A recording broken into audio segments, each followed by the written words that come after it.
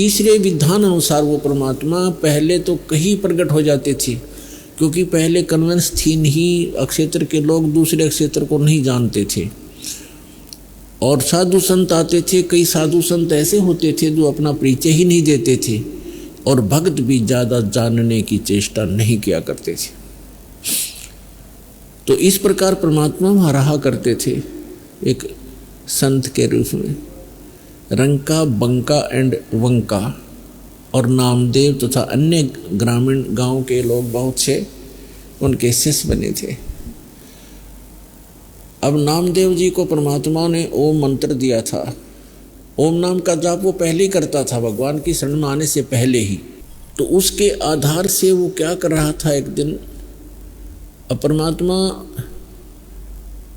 कबीर भगवान जो है उन्होंने अभी आकर के ये सब पूरे मंत्र डिक्लेयर करने थे, पहले नहीं करते थे। वो पहले तो अपने वचन से, आशीर्वाद से, धर्म भंडारे करवा के उनकी बैटरी चार्ज कर देते थे कि इनको मनुष्य जीवन मिलते रहे। तो उसमें नामदेव जी ओम नाम के जाप की पहले कमाई की हुई थी, पिछले जन्मों की भी, उस जन्म में भी करते थे।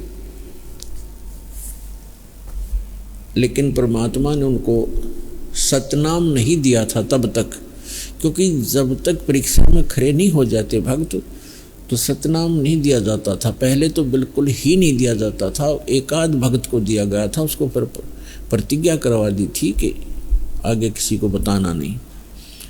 एक दिन नामदेव जी कहीं से आ रहे थे और नगर में प्रवेश कर रहे थे अपने में, और वहाँ एक मंदिर के अंदर ब्राह्मण लोग परमात्मा की आरती उतार रहे थे। बहुत जोर की लय लगा रखी थी, सुर लगा रखा था, और घंटियां बजा रहे थे, खड़े होकर के आरती संपन्न कर रहे थे। नामदेव जी भी अपने पैर के जूते निकालकर और उन ब्राह्मणों के अंदर मंदिर में पहुंच गया और हाथ से जूतों से घंटी का काम कर रहा है। अब वहां पुजारी ने देखा, ब्राह्मण ने, कि एक छोटी जाति का समेत जूतों के हमारे बीच में आ गया है। पहले मंदिरों में छुआछूत बहुत ज्यादा थी, और जूता हाथ में हो फिर तो बहुत ही बुरा होता था। नामदेव जी को पकड़ के मंदिर के पीछे पटक दिया एकांत में, कि तब तक आरती होलेगी, इसको पीछे कर देते हैं पिछवाड़े में। परमात्मा ने वो मंदिर ही घुमा दिया। नामदेव की तरफ तो मंदिर का मुख हो गया, जैसे पड़े पड़े भी ऐसे अपने जूते बजा रहा था जैसे घंटी बजाते हैं, और पंडितों के पीछ की तरफ हो गया पीठ भगवान के मंदिर की। इतना कुछ होने के बाद भी उनके अकल में ठिकाना नहीं आई कि ये महापुरुष है, और तुम फॉर्मेलिटी करते हो। जिस मंदिर को तुम सही मान रहे हो वही घूम गया, जिसके लिए फिर भी अकल ठिकाना नहीं आई। हम इतने अहंकारी और अज्ञानी व्यक्ति हो जाते हैं अपने स्वार्थवश। नामदेव की तरफ कोई ध्यान नहीं उन्हें रहा, बल्कि उसको उठाकर भगा दिया वहां से। अगले दिन क्या देखता है, नामदेव गया वहां रंका बंका की झोपड़ी पर। उस दिन वो अकेली लड़की विराजमान थी घर पे। नामदेव ने पूछा, बहन कहाँ गए आपके माता पिता? बहन ने कहा कि वो लकड़ियां लेने गए हैं जंगल से भाई, लकड़ी बेच कर आएंगे फिर रोटी खाएंगे। तो आप क्या कर रहे हो? नामदेव ने पूछा, आप क्या कर रहे हो? लड़की ने बताया कि मैं गुरु जी के हाथ का चोट लग गई कल, उसके लिए पट्टी बना रही हूं। और नामदेव, भाई कुछ ध्यान कर, तो कुछ आगा पीछा नहीं देखता है, भगवान को दुखी मत कर ज्यादा। गुरु जी को कल तेरे मंदिर को घुमाने गए थे भगवान गुरु जी, और उनके हाथ में चोट लग गई। कल तू वहाँ क्यों, क्या मतलब था तेरा जाने का उस मंदिर में जो भगवान ने मना कर रखा है कि इन मंदिरों में कुछ नहीं है, और तू फिर भी वहाँ पहुँच गया है तेरी इज्जत रखने के लिए। गुरु जी का हाथ का चोट लगी, वो मंदिर फेरा था। अब वो उसका यकीन नहीं हुआ कि गुरु जी तो वहाँ दिखाई नहीं दे रहे थे कहीं पर भी। कहने लगी कि कब जाएगी गुरु जी के पट्टी बांधने, कभी जा रही हूँ मेरे साथ। नामदेव साथ गए, गुरु जी के दोनों हाथों को लड़की ने पट्टी बांध दी।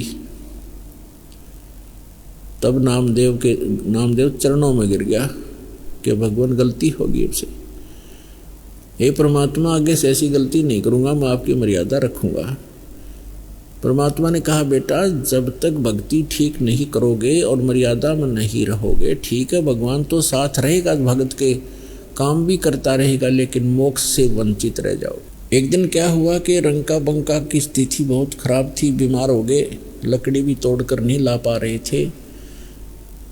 1-2 दिन आहार को भी हो गए थे। फिर तीसरे दिन वो लकड़ी तोड़ने के लिए चले थे। जंगल से लकड़ियां तोड़कर लाते थे, बेचकर रोटी खाते थे, भक्ति करते थे। नामदेव ने भगवान से कहा, गुरुदेव से, कि गुरुजी आपके भक्त रंका और बंका बहुत ज़्यादा निर्धन हैं, थोड़ा धन दे दो उनको।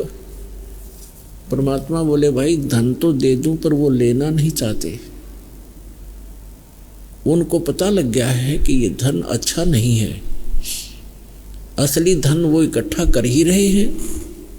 कबीर सब जग निर्धना धनवंता ना कोय, और धनवंता सो जानिए जिस पर राम नाम धन होए। नामदेव बालक था, बालक बुद्धि हमारी, हम चाहे कि भगवान के साथ रहें तो भी अपनी बुद्धि का प्रयोग हम करते ही रहते हैं। नामदेव ने कहा कि भगवान कुछ तो दे दो, क्यों ना लेंगे, बहुत दुखी है, 2 दिन तो रोटी खाई हो गई उनको, आज लकड़ी तोड़ने गए हैं बेचारे। परमात्मा बोले चल मेरे साथ। तो भगवान ने एक थैले में जेवर भर लिए, जेवर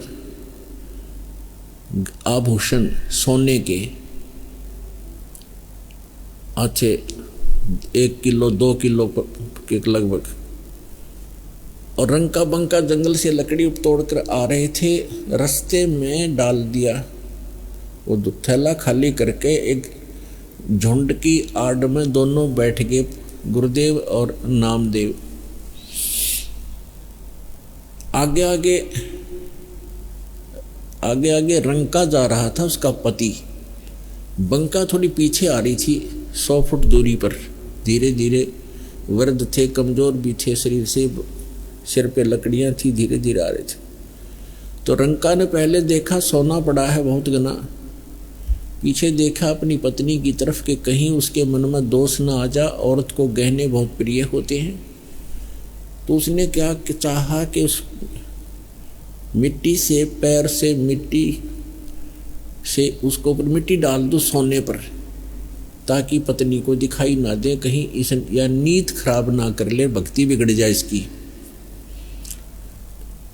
अब उसकी पत्नी ने दूर से देखा कि पति खड़ा क्यों हो गया, क्या कर रहा पैर से, क्या दिक्कत आ गई उसको। तो उसने ध्यान से देखा कि तो सोने के ऊपर मिट्टी डाल रहा है। वह समझ गई, कहने लगी चलो जी चलो, क्यों मिट्टी पर मिट्टी डाल रहे हो,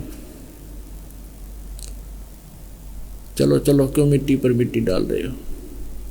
तो वो चल पड़ा, किसने देख तो लिया ही। अब वो भी आगे छोड़ के नौकी नो चलेगी आगे को, नहीं उठाया उस सोने को कि भाड़ में जाओ ऐसा सोना। परमात्मा कहते हैं कबीर इतना दीजिए जा में कुटुंब समावे, साईं इतना दीजिए जा में कुटुंब समावे, हम भी भूखे ना रहती थी ना भूखा जावे। कबीर सब जग निर्जना धनवंता ना कोय, धनवंता सो जानिए जिस पर राम नाम धन होए। अब फिर परमात्मा ने कहा बता भाई कैसे दूं इसको, नामदेव कैसे दूं इनको, बोल। परमात्मा ने कहा नामदेव तेरी अकल ठिकाने नहीं आई अभी तक।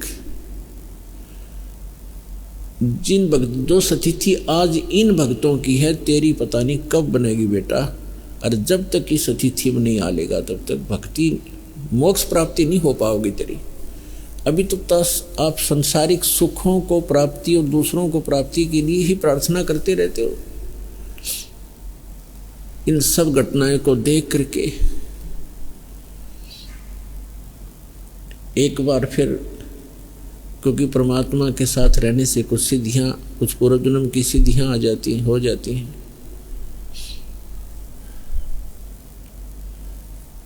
तो इस प्रकार पुण्यात्मा नामदेव जी को फिर परमात्मा ने पुनः उपदेश दिया, दोनों मंत्र दिए, तब उस पुण्यात्मा का मोक्ष हुआ।